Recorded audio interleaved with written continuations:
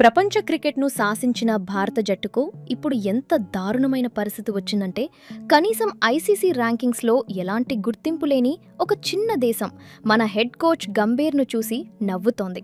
అవును, మీరు వింటున్నది నిజమే. ఐస్లాండ్ క్రికెట్ బోర్డ్ మన team India head coach Gautam గంభీర్ను దారుణంగా ట్రోల్ చేస్తోంది. ఐస్లాండ్ బోర్డ్ తమ సోషల్ మీడియాలో పోస్ట్ చేస్తూ గౌతమ్ గంభీర్ లాంటి మనిషి మాకు ఏమాత్రం అవసరం లేదని, మీరు మా ఐస్లాండ్ జట్టుకు కోచ్గా ఎప్పటికీ రావద్దని డైరెక్ట్గా ఎగతాళి చేసింది. అయితే గంభీర్ను ఐస్లాండ్ క్రికెట్ బోర్డ్ ఎందుకు అంత దారుణంగా అవమానించింది అంటే దీనికి ప్రధాన కారణం లేటెస్ట్గా మనం ఐర్లాండ్ చేతిలో ఏకంగా 2-0 తేడాతో సిరీస్ ఓడిపోయి క్లీన్ స్వీప్ అవ్వడమే.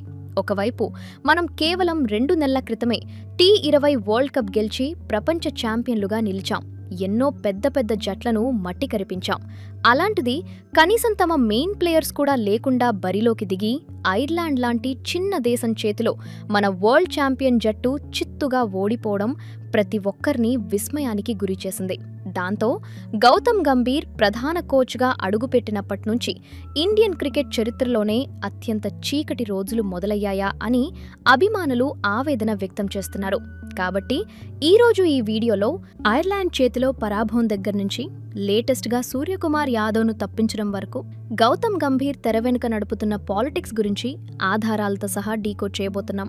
వీడియోను ఎక్కడా స్కిప్ చేయకుండా చివరి వరకు చూడండి. ఈ ఐర్లాండ్ సిరీస్ ఓటమి అనేది ఒక సాధారణ విషయం కాదు. ఇది మన అహంకారాన్ని బద్దలు కొట్టిన సంఘటన. సిరీస్ మొదలవ్వడానికి ముందు భారత జట్టు ఐర్లాండ్ వెళ్తుందంటే ఖచ్చితంగా మనదే విజయమని, క్లీన్ స్వీప్ చేస్తామని యావత్ భారతదేశం నమ్మింది. కానీ జరిగింది వేరు. మనం 2 మ్యాచుల్లో దారుణంగా ఓడిపోయాం. మొదటి మ్యాచ్ ఓడిపోయినప్పుడు ఏదో అదృష్టం కొద్దీ ఐర్లాండ్ గెలిచి ఉంటుందని, 10 మ్యాచ్లు ఆడితే 9 ఇండియానే గెలుస్తుందని పెద్ద పెద్ద విశ్లేషకులు కూడా అనుకున్నారన్నారు. కానీ ఇది అదృష్టం కాదని, తాము ఇండియా కడ కంటే మెరుగైన ప్రణాళికతో పూర్తి కసితో ఆడామని ఐర్లాండ్ కెప్టెన్ స్వయంగా కుండబద్దలు కొట్టాడు. మన కెప్టెన్ శ్రేయస్ అయ్యర్ తీసుకున్న చెత్త నిర్ణయాలు ఈ ఓటమికి ప్రధాన కారణమయ్యాయి. 2 మ్యాచ్లలోనూ టాస్ గెలిచిన అయ్యర్ ముందుగా ఫీల్డింగ్ ఎంచుకున్నాడు. వరల్డ్ ఛాంపియన్ జట్టుగా ముందు బ్యాటింగ్ చేసి భారీ స్కోరు సాధించాల్సింది పోయి ప్రత్యర్థికి అవకాశమిచ్చారు. దీనివల్ల ఒక మ్యాచ్లో 183 పరుగులు, మరో మ్యాచ్లో కనీసం 154 పరుగులు కూడా ఛేదించలేక మన భారత జట్టు కుప్పకూలిపోయింది. ఈ చెత్త ప్రదర్శనపై సీనియర్ విశ్లేషకుడు సంజయ్ మంజ్రేకర్ కూడా తీవ్రంగా స్పందిస్తూ జట్టులో స్పెషలిస్ట్ ఆటగాళ్లను కాదని కేవలం ఆల్రౌండర్లతో నింపేయడం వల్లే ఈ ఘోరం జరిగిందని విమర్శించారు. అసలు బౌలర్ల గురించే తెలియని పిచ్ మీదకు వెళ్లి మనవాళ్లు చేతులెత్తేశారు.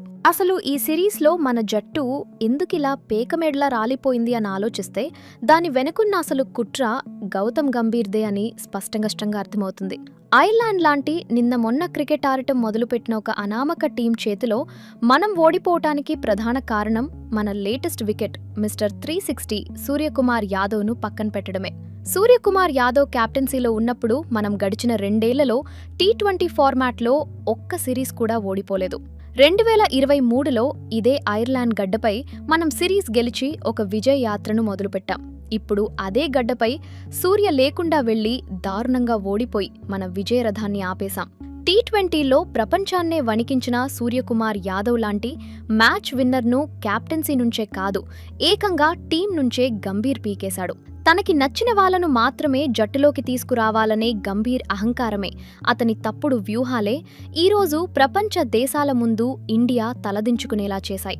గంభీర్ మరియు అయ్యర్ల జట్టు ఎంపిక ఎంత పక్షపాతంతో కూడుకుని ఉందో చెప్పడానికి వైభవ్ సూర్యవంశీ ఉదంతం ఒక ప్రత్యక్ష ఉదాహరణ.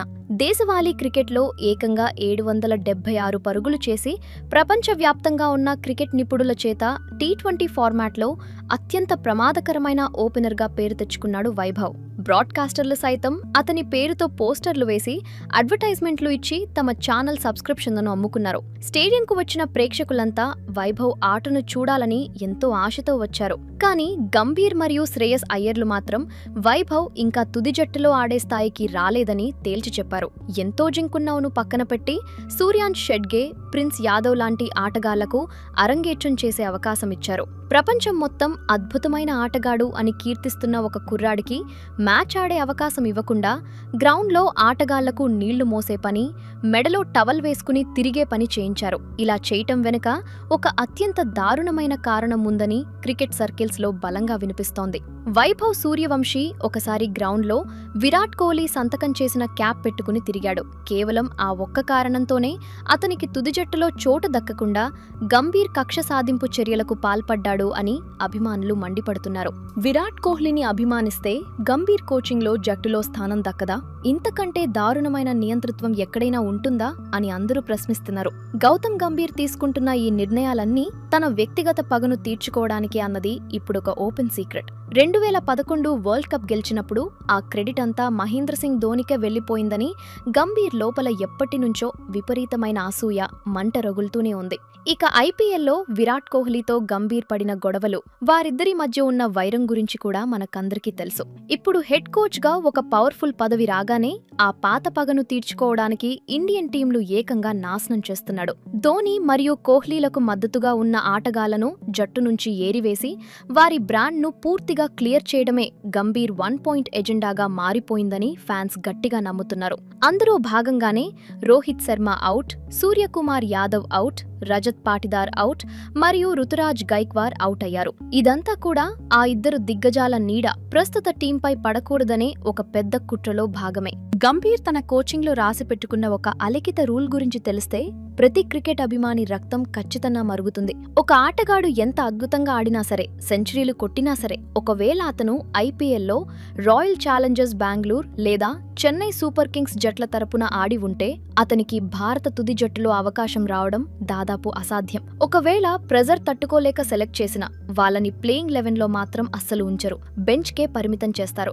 దీనికి అతిపెద్ద ఉదాహరణ రజత్ పాటిదార్. ఆర్సీబీ జట్టు కప్ గెలవకపోయినా కీలక మ్యాచుల్లో రాణించిన అత్యుత్తమ బ్యాటర్ పాటిదార్. అంత మంచి ఫామ్లో ఉన్న ఆటగాడికి నిలకడగా అవకాశాలివ్వాలి కదా, కానీ గంభీర్ కంటికి పాటిదార్ అస్సలు కనిపించడు. కారణం అతను ఆర్సీబీ ప్లేయర్ కావడమే. అలాగే డొమెస్టిక్ క్రికెట్లో ఐపీఎల్లో పరుగుల వరద పారిస్తున్న, ఎన్నో సెంచరీలు కొడుతున్న రుతురాజ్ గైక్వాడ్ పరిస్థితి కూడా ఇలాగే తయారైంది. ఎంత అద్భుతమైన ఫామ్లో ఉన్నా సరే గంభీర్ అతన్ని కనీసం పరిగణనలోకి కూడా తీసుకోవడం లేదు. జట్టుకు ఎంతో అవసరమైన ఆల్ రౌండర్ కృణాల్ పాండ్యాను కూడా పూర్తిగా పక్కన పెట్టేశారు. గంభీర్కి నచ్చిన గ్రూప్లో లేకపోతే ఎంత టాలెంట్ ఉన్నా కెరీర్ ముగిసిపోవాల్సిందేనా అని అందరూ వాపోతున్నారు. యంగ్ సెన్సేషన్ ఆయుష్ మహత్రే ఎంత ఎక్సలెంట్ గా రాణిస్తున్నా సరే అతనికి కూడా మొండి చెయ్యే ఎదురవుతోంది. టాలెంట్ ఉన్న యువ ఆటగాళ్లను ప్రోత్సహించాల్సిన కోచ్ ఇలా కావాలనే వాళ్ళని తొక్కేస్తుంటే ఇక ఇండియన్ క్రికెట్ భవిష్యత్తు ఏమవ్వాలి? ఒకవైపు జట్టు ప్రదర్శన రోజురోజుకు దిగజారిపోతోంది. గౌతమ్ గంభీర్ కోచింగ్లో మనం ఎన్నడూ చూడని అత్యంత దారుణమైన రికార్డులను మూటగట్టుకుంటున్నాము. మన సొంత గడ్డపైనే న్యూజిలాండ్ చేతిలో టెస్ట్ సిరీస్ ఓడిపోయి వైట్ వాష్ అయ్యాము. అలాగే స్వదేశంలో సౌత్ ఆఫ్రికా చేతిలో వన్డే సిరీస్ కోల్పోయి క్లీన్ స్వీప్ అయ్యాము. అప్పట్లో సౌత్ ఆఫ్రికా చేతిలో వైట్ వాష్ అయినప్పుడు కూడా ఈ ఐస్లాండ్ క్రికెట్ బోర్డు మనల్ని అవమానిస్తూ భవిష్యత్తులో కూడా గంభీర్ మాకు కోచ్గా రావద్దు, మాకు నీ కోచింగ్ అవసరం లేదు అని సెటైర్లు వేసింది.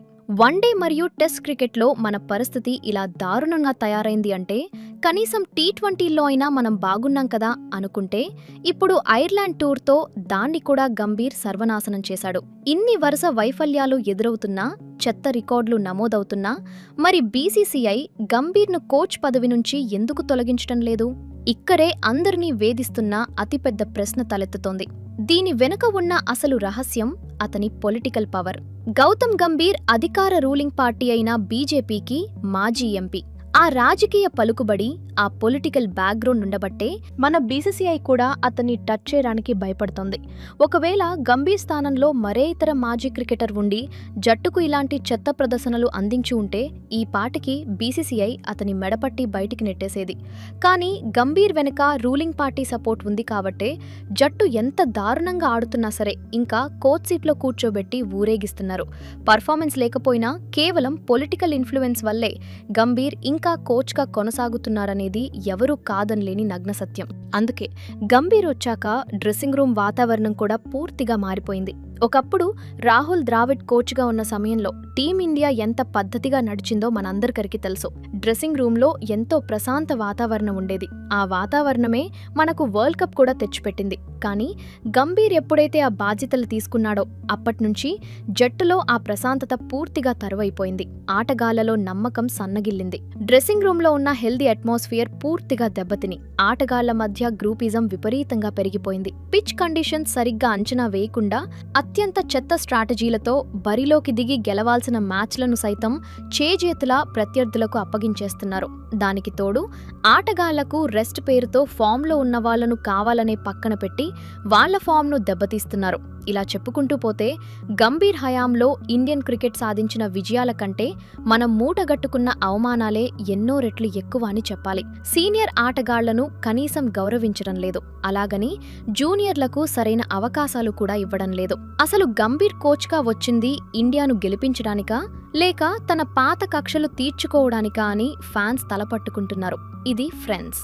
ఈ వీడియో చూశాక గంభీర్పై మీ అభిప్రాయం ఏంటో కామెంట్ చేసి వీడియోని ఒక లైక్ చేయండి. అలాగే ఇలాంటి మరెన్నో ఇంట్రెస్టింగ్ వీడియోస్ కోసం మా ఛానల్ని సబ్స్క్రైబ్ చేసుకోండి.